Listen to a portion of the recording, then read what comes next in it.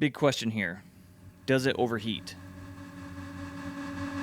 Last weekend, I had the chance to spend a little bit of time with Canon's new R5 Mark II. My friend Zach and I were in Houston for the last weekend of the Luke Combs Stadium Tour, and one of our friends who works at Canon said he would bring out the R5 Mark II and the C400 for us to use the entire weekend.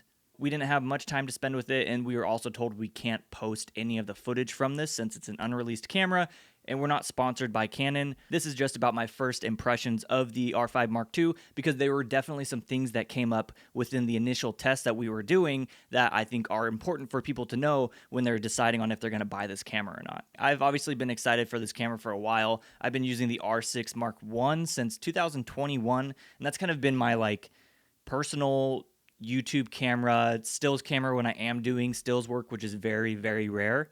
And I've just been waiting for a camera that I can pair with my C70 just a little bit better, and this is exactly that in my opinion. So the R5 Mark II gives you now 8K 60 frames a second in RAW and 4K up to 60 in RAW, and you can shoot both light and standard RAW.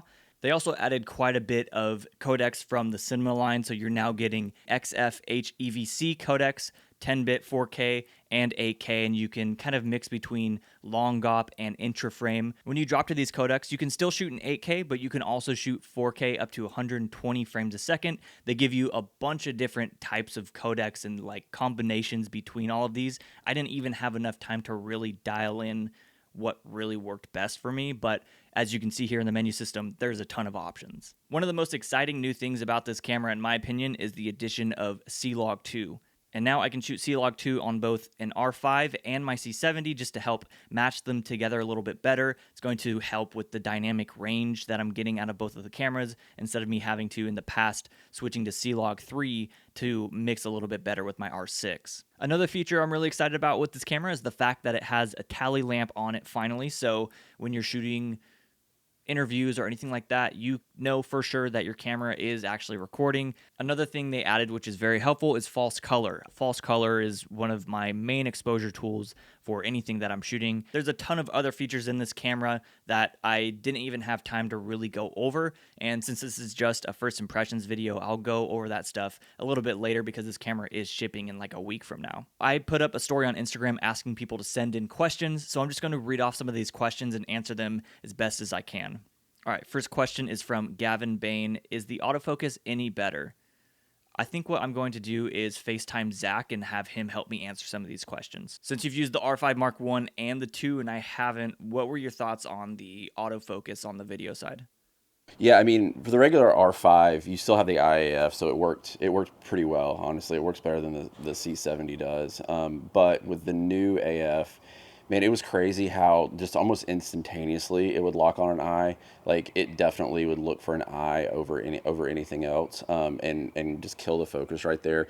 Even if someone if Luke was walking away and it noticed a person in the frame, it was locking onto his body, and it knew that there was a head there, even if it was the back of a head, which is super crazy. Definitely not like the regular R5. And then it has the feature, which I believe is in the R3, but where you can load a face in it and set priority modes to certain people. And so I loaded 2 separate photos of him in, and even in low light, there could be other people in the frame. You get this little icon kind of in the right bottom corner of the autofocus box when it uses that photo recognition, and man, it worked so well. I would be interested to kind of see what it looked like if you have 2 different people loaded in to kind of know how that works, because I definitely didn't do that. But overall, I mean, it's daylight and dark difference for sure. Warwick.Purdy asked, 4K 120p with sound. Yes, you can shoot 4K 120 with sound. There's kind of 2 modes here in the R5. One being shooting in high frame rate mode, which you're shooting 120 frames over 2398, which essentially means it's just going to play back in slow motion and you're not going to record audio there. But if you record it just in 120 frames and then slow it down in post, you can record audio in that situation. From Brandon D. Shaw, I have the R5C. Should I trade for this? So talking about the R5C versus the R5 Mark II, I think they're going to be the most similar in a lot of ways, but also still different. So the way I best explain it from someone who doesn't have much experience with the R5C is you're essentially running two different softwares, right? So when you switch from the photo side to the video side, it's rebooting and opening Canon's cinema software, and now you have a completely new menu system. Now, I think what you're getting from the R5C that's a little different is a camera that you know is going to just perform for what you need it to perform with. So if you're out shooting client projects or commercial jobs or corporate jobs, whatever it is, let's say you're running hour and a half to 2 hour interviews, I think maybe the R5C is going to be a little better suited because of that larger fan that it has in it. You're going to be able to shoot in 4K and 8K and not have to worry about anything overheating or anything like that. Now you're going to drain your batteries like crazy. I know the battery life in the R5C isn't that good. So if you're in situations where you're able to rig up the camera to fit those needs, then I think maybe the R5C is a better option for you. In the sense of needing just kind of the perfect hybrid camera, I think the R5 Mark II might be a little more beneficial. I don't know if I answered that well. It made sense in my head, so hopefully that translates to the camera. Big question here. Does it overheat? Yeah, it definitely still overheats. So there's two settings in this camera. There's auto power off standard and auto power off high. When we had it in auto power off standard, this thing started overheating like incredibly quick. Keep into consideration we were shooting 8K raw, standard raw, at 60 frames a second and 4K raw at 60 frames a second, and it was overheating like within minutes. So then when we switched over to the the high version, we got much better results. Yeah, so once we changed that setting, it got so much better. I was really nervous about it until that point. I mean, that thing was shutting off, really quickly. I think I had, and obviously it was really hot in Texas the day that we were shooting with it. I mean, I think the fields like outside was, well over 100. So pretty much anything in RAW, you have to keep into consideration that the camera's going to get hot. Anything in 10-bit, you're probably going to be fine. Now, if you're shooting 15-minute take at 4K 10-bit 120 frames a second, yeah, it's probably going to get pretty hot. And I think another thing that a lot of people don't really consider, or especially if they don't want to like this camera, they're going to refuse to consider the fact that you're shooting 8K raw video internally in a mirrorless body. It's not realistic to expect this thing to just stay cool and not overheat. Once we flipped the setting on that allows you to expand, that heat sensor warning, it got way better. And again, the thing that, like you just said, it's like you can't expect a camera to do all of that and that in that form factor and in that size and not have some sort of heat issues. I mean, nobody else is putting, 8K raw codecs in these small mirrorless bodied cameras, internally, right? You can obviously use like a Ninja and do the ProRes RAW thing or whatever, but to do it all internally, you're asking a lot, so you've got to just manage that, properly. I don't like the fact that it overheats, but I am also aware of the fact that a camera shooting at 8K RAW is going to heat up if it doesn't have a full fan system on it. But this camera is built with these airflow ducts in it, so they have the battery grip that has a fan built in, and that's supposed to increase your record times at 8K. I don't think it's by that much, but it definitely helps. And I can only imagine that they're going to come out with a lot of third-party cages and accessories that are going to have beefier fans in them that will help with this. Now, I'm hopeful that they are going to come out with firmware updates that are going to help with all of these issues. I can't imagine that Canon, after years of being known as the mirrorless camera that overheats, are just going to release a camera packed full of even more features and just tell people, yeah, it's still going to overheat on you. So that's me being hopeful as someone who likes Canon products. Obviously, I'm biased there. We'll see what happens there, but the short answer is, yeah, it still definitely overheats at a certain point. This one from Cooper Thorne Photography: how's the low light performance? Between 800 and just under 12,800, the noise levels overall kind of just looked about the same. They looked very clean throughout.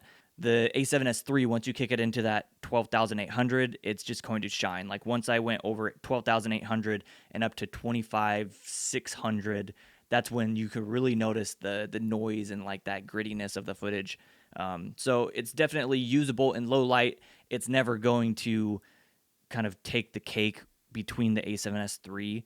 But also you have to keep into consideration that this is a 45 megapixel camera, not a 12 megapixel camera, and lower megapixels has a big factor in low light performance. This one is from I am Blaze Joseph. Will it record continuously or cut every 29 minutes? So I actually didn't test anything over that, come to think of it. But in Potato Jet's video, in his overheating test, you can see that the camera is rolling for like over an hour at a time. So I assume, and I don't remember exactly which codecs he was shooting in, but yeah, it will go over that 29-minute mark, which is very helpful, especially if you're using it as a camera for shooting interviews and stuff. This one's from Colin Warren. How does taking still photos during video work?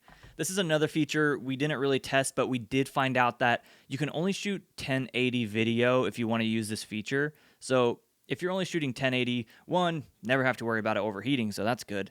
But two, yeah, we didn't even test it because I don't think we're ever in a situation at this point where we're shooting just in 1080. We're always shooting 4K and up and then downscaling it.